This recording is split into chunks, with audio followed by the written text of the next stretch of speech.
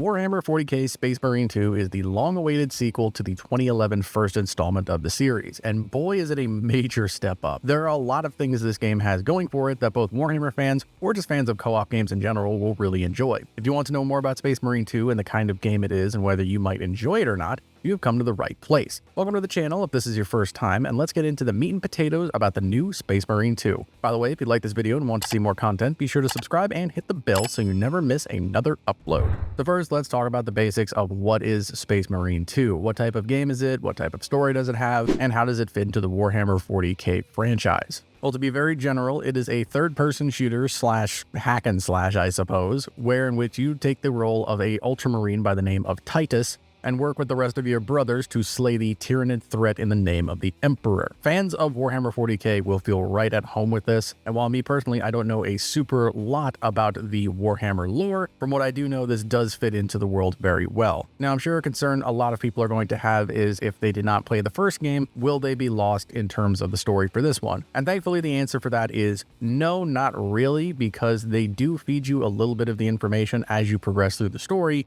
And in terms of characters, there's not really any reoccurring major characters, at least in the parts of the campaign that I have played, except for the main protagonist, Titus himself. To give a brief overview of the story of the previous game without giving any major spoilers, you played as the main character, Titus, who was a captain of the Ultramarine Corps, in which he was serving the Emperor and completing missions, but during the events of the first game, some serious events happened which basically labeled him as a heretic and forced him to be shunned and banished by the rest of the Ultramarines, and for his penance, he was basically forced to serve as a member of the Death Watch. Now, Titus actually does pretty well, and despite all of the difficult missions that he goes through, he somehow manages to survive time and time again, eventually earning the opportunity to reprise his role and potentially get his position back as a member of the Ultramarines, however, this time at a reduced rank, being only a lieutenant now, and he has to prove himself to be able to earn the trust of the rest of the Ultramarines, which leads us into the story of Space Marine 2, which is basically where it kicks off.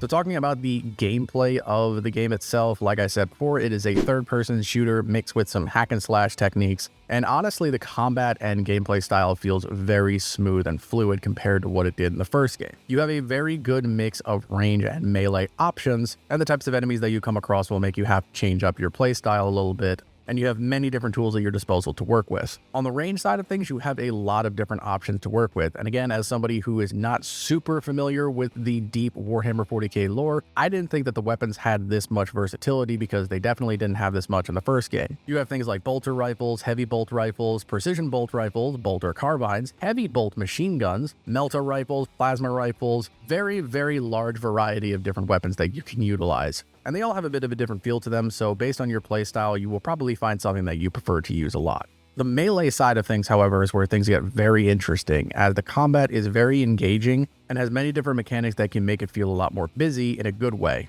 With the melee combat, there are things like parrying, dodging, counterattacking, executions, and all of which make the combat feel very intense at pretty much any point. Not to mention the brutal executions are actually important because that's essentially how you survive. When you're getting hit by enemies, first your armor will take damage, and then once your armor is reduced, then your health will take damage. Your armor essentially works the same way as energy shields do in things like Halo or other titles of the such, whereas it will recharge over time. Your health, however, functions kind of similar to the way Bloodborne does, whereas when you take damage, you will see a bit of white health bar remaining from where you took the damage, and if you hit the enemies fast enough, you will actually regain that health back. Plus, when you perform an execution on one of these enemies, you will actually restore an amount of armor based on how big and tough the enemy was that you executed. So it promotes a very aggressive and in-your-face sort of combat style to keep you in the fight as much as possible, which is very fun. Some of the executions and the fights are just insanely brutal, and it makes you feel very powerful. It really does help you feel like a true Space Marine to just be in the thick of enemies and just cutting through them with chain swords. What also helps to change up the gameplay style are the different class options that you have access to in the game. Now, this is exclusive to the Operations and the Eternal War modes, which we'll talk about a little bit later, but basically there are 6 classes that you have access to play as, each with their own different array of weapons that they can use, special abilities, and unique traits that only they have access to. I'm not going to go super in-depth with all the classes because I will probably save that for a different video, but I'll give you a brief overview of what each of them do. The tactical class is the jack of all trades basic standard class. They have the largest variety of weapons out of all of the classes, so you have a very good mix of things that you can do with them. And their main ability is the Auspex Scan, which allows you to mark an area of enemies, highlighting them and making them more prone to damage from both yourself and your allies. So they're basically the standard soldier that doesn't necessarily excel at one thing, but instead do good at many things. The Assault, on the other hand, is all about hitting things very hard and being mobile. They have a very high focus on melee damage, since they don't have access to any primary weapons whatsoever. Their jump pack ability allows them to jump into the air, hover if they want to, and then slam onto the ground and hit enemies very, very hard, making them adept at crowd control and heavy impact damage. Speaking of heavy, the Heavy itself is a pretty straightforward class, being the big guy with a big gun. The main goal with this class is to stand still, hold down the trigger, and watch the bodies pile up, since they don't have access to any melee weapons at all. Their class ability, the Iron Halo, creates a barrier in front of them that prevents any ranged damage from reaching them. They are a perfect point defense class for anybody who just likes to stand still and hold the trigger down. The Bulwark, on the other hand, is the true melee juggernaut that is practically unkillable.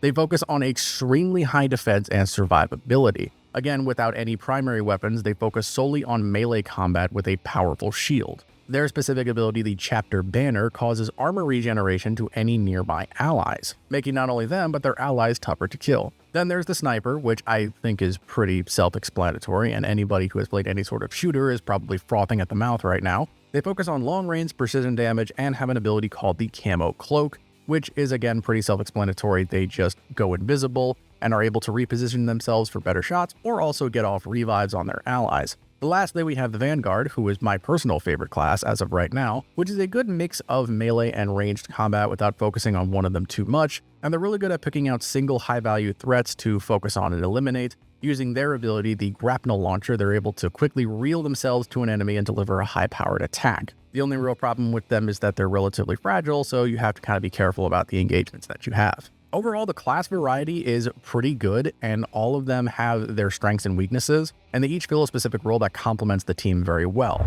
So with all these classes and the gameplay mechanics that are in place, then comes the question of what types of game modes does the game actually provide you with? How much content is there for you to actually do? Well, thankfully, the game has a pretty good amount of content, and it's very well put together. There are three main modes that you're able to play in: the Campaign, the Operations, and the Eternal War. The Campaign is pretty self-explanatory. It's the cinematic story that focuses on the story of Titus that you can actually play cooperatively with up to 2 other friends. It's very fun, and the missions are very exciting and cinematic, and although I have not beaten it myself so far, I've gotten a decent ways through it, and it is quite good. There's also the Operations game mode, which is the main core PvE mode that is also 3-player co-op. This is where you get to play as one of the classes that I mentioned earlier, and you and up to 2 other friends get to go through special missions, which are actually weaved into the story in a very good way. Essentially, the operation missions that you play are missions that are required for the story to advance. As an example, one of the early missions that you go through has Titus telling members of his squad that he needs them to complete an objective for him in order to make his mission a lot easier. That mission that he sends them on is the first operation mission that you go through. So the operations actually have a bit of story context to them,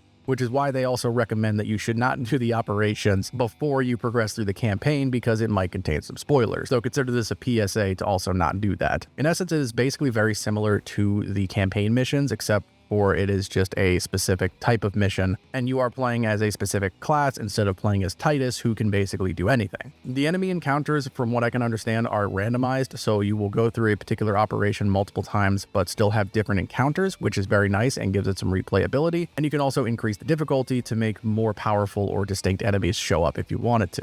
Then the last game mode we have is Eternal War, which is basically just PvP mode. The PvP in this game is 6 versus 6, and it puts 2 teams against each other in various arenas. Now, I will say I did not have a whole lot of experience playing the PvP, as I am a much bigger fan of PvE overall than PvP, and also once I started playing the PvP, I started getting some connectivity issues, which kind of stopped me from playing a little bit, so I wasn't able to get as many games into the PvP as I really wanted to. But from the couple matches that I was able to play, I actually thought it was pretty good and balanced to a good degree. Granted, I had only played about 2 matches, but I still thought it really wasn't too bad. One thing that I thought they did that was actually pretty nice is the game kind of has a bit of a balancing feature where you can't have more than 2 of any one class on a team, which I think is good for balancing purposes, as without that, I'm pretty sure that all matches would consist of pretty much everybody playing one of the specific classes, which I'm not going to name names, but you guys can probably assume which one I'm talking about. They also simplified the equation a lot by making it so that way, as of right now, there's only 3 game modes that you can play,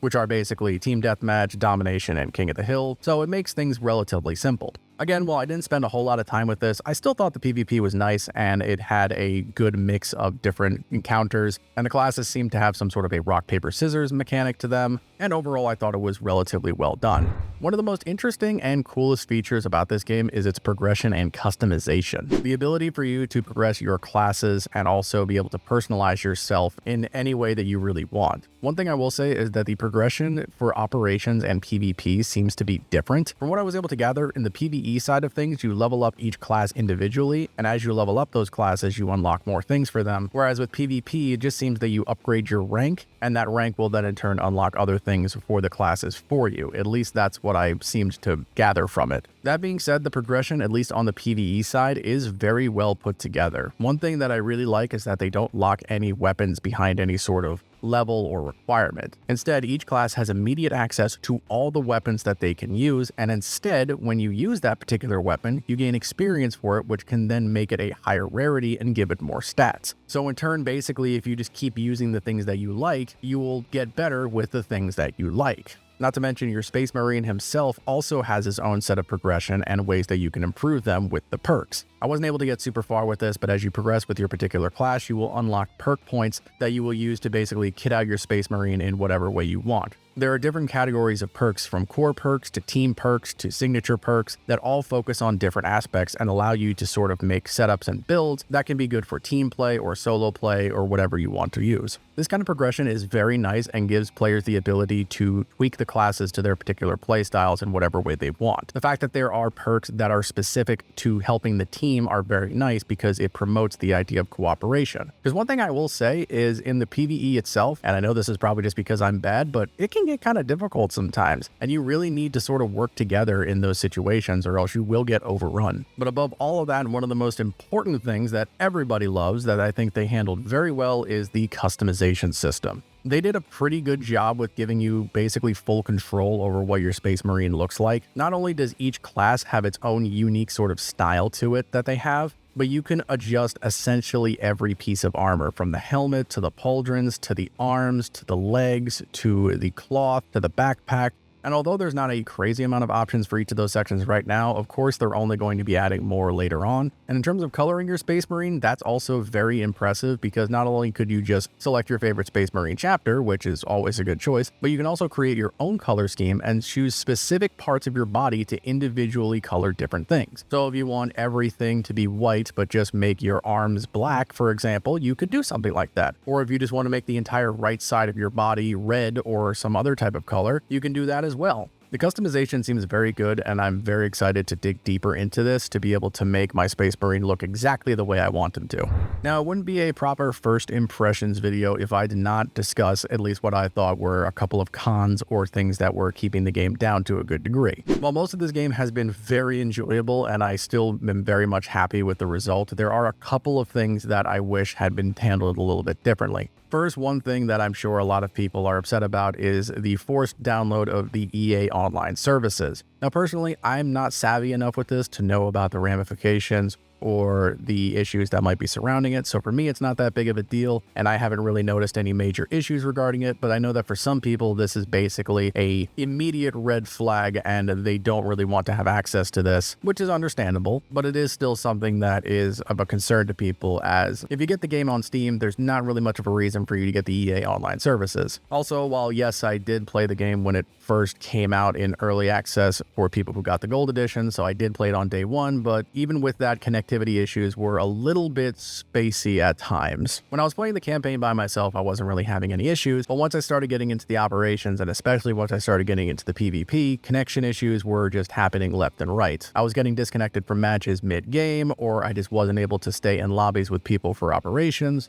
Now, I know this kind of stuff always happens to games when they first come out, so with this particular aspect, you kind of have to just give it a little bit of time and they'll probably fix it. And overall, it wasn't too big of an issue, but it was something that was a little bit of a headache at first. And immediately following that up, I don't understand why we're in a situation where games constantly require you to be online. I understand the idea behind it is the fact that the campaign is co-op, the operations are co-op, but you can just still make it so that way you can have closed lobbies and not really have any issues. The fact that if you get disconnected, you basically have to play in offline mode kind of does mess it up for a lot of people because, while yes, you do want to play this with your friends, you shouldn't be forced to basically be online 24/7. And the last thing, which happened to me, but I'm not sure if it was just because I wasn't able to figure it out, but when I was trying to set up lobbies for the operations, I kind of felt very confused at the lobby system. I wasn't really sure what was happening, if I was joining sessions in progress, or if I was the one who was hosting the session. It seemed a little bit confusing as to what exactly was happening, and I kind of would like a system where you could host your own lobby in terms of starting an operation or join one in progress. Because right now it just seems like when you queue up for a particular operation, it just throws you into a lobby with people, whether or not they're already in the mission or not.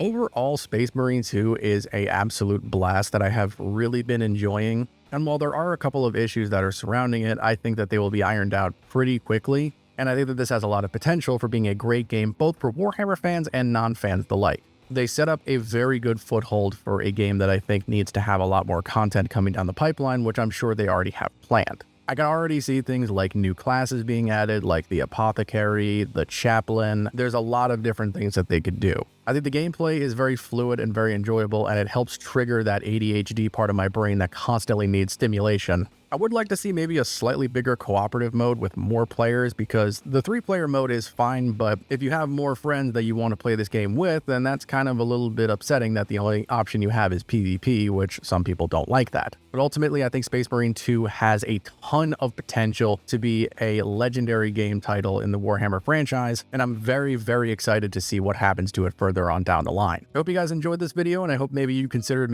picking up Space Marine 2 for yourself and seeing if you would enjoy it. If you would like to see more stuff covered about Space Marine 2, let me know down in the comments. And if you have not seen the channel before, be sure to subscribe as well to help support. And I hope you guys found this video informative and entertaining. If you did, please be sure to give it a like, because it tells me what types of videos you guys want to see. And consider becoming a member today, as it helps me out a lot. For the Emperor Space Marines, I will see you in the next video.